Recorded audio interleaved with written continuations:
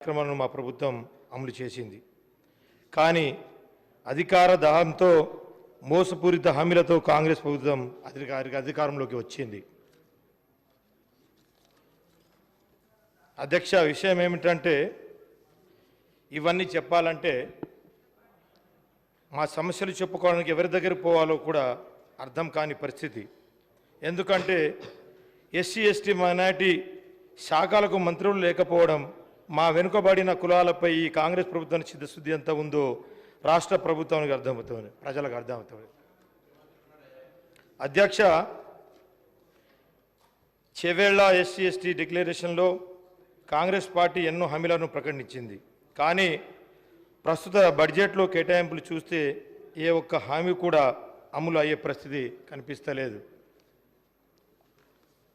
మేము దళిత బంధు పేరుతో రాష్ట్రంలోని 40,000 మంది దళిత కుటుంబాలకు 10 లక్షల రూపాయల చొప్పున అధిక సాయం అందిస్తే కాంగ్రెస్ పార్టీ దానిని అంబేద్కర్ అభయహస్తం పేరుతో దళిత గిరిజనులకు 12 లక్షల రూపాయలు ఆర్థిక సాయం అందిస్తామని చెప్పి బడ్జెట్లో మాత్రం కేటాయింపులు చేయకుండా మోసం చేసింది.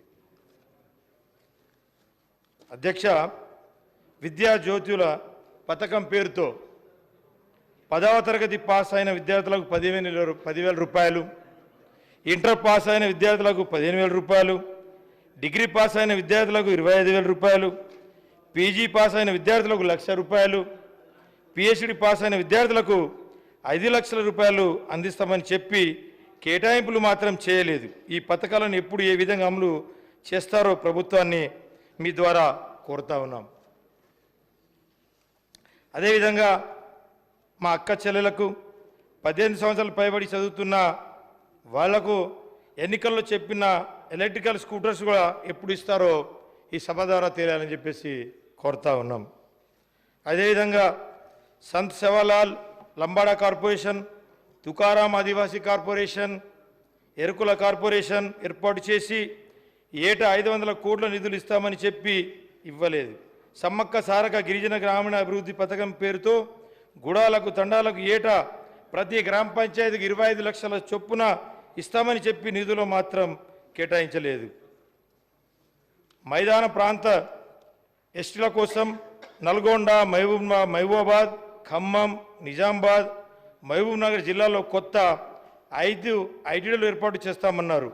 వాటితో పాటు ప్రతి జిల్లాలో కొత్త జిల్లాలు ఏదైతే అయినాయో అక్కడ ఐటీడీఏలు ఏర్పాటు చేస్తే బాగుంటుందని చెప్పేసి ప్రభుత్వాన్ని డిమాండ్ చేస్తూ ఉన్నాం.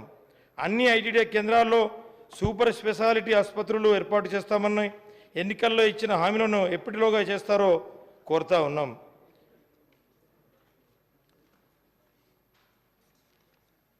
అదేవిధంగా ఆడపిల్ల పెళ్లి చేయాలంటేనే ఎంతో భారమయ్యే గిరిజన ఆదివాసీ సోదరులు కళ్యాణ లక్ష్మి పేరుతో 1,00,000 రూపాయల సాయం అందించి మేనమామగా ఆదుకున్న మా నాయకుడు కేసీఆర్ గారు.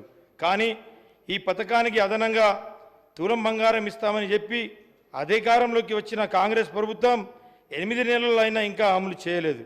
కాబట్టి ఎప్పుడు ఇస్తారని మా గిరిజన అక్క చెల్లెలు ఎదురు చూస్తూ ఉన్నారు. ఎన్నికల మేనిఫెస్టోలో ఇళ్ల స్థలాలతో పాటు ఇల్లు మంజూరు చేస్తామని చెప్పిన ప్రభుత్వ స్థలాలు పంపిణీ విషయంలో కూడా నిర్ణయం తీసుకోలేదు. ఎస్సీ రిజర్వేషన్ల 18% పెంచుతామని హామీని అమలు చేయాలని కోరుతా ఉన్నాం.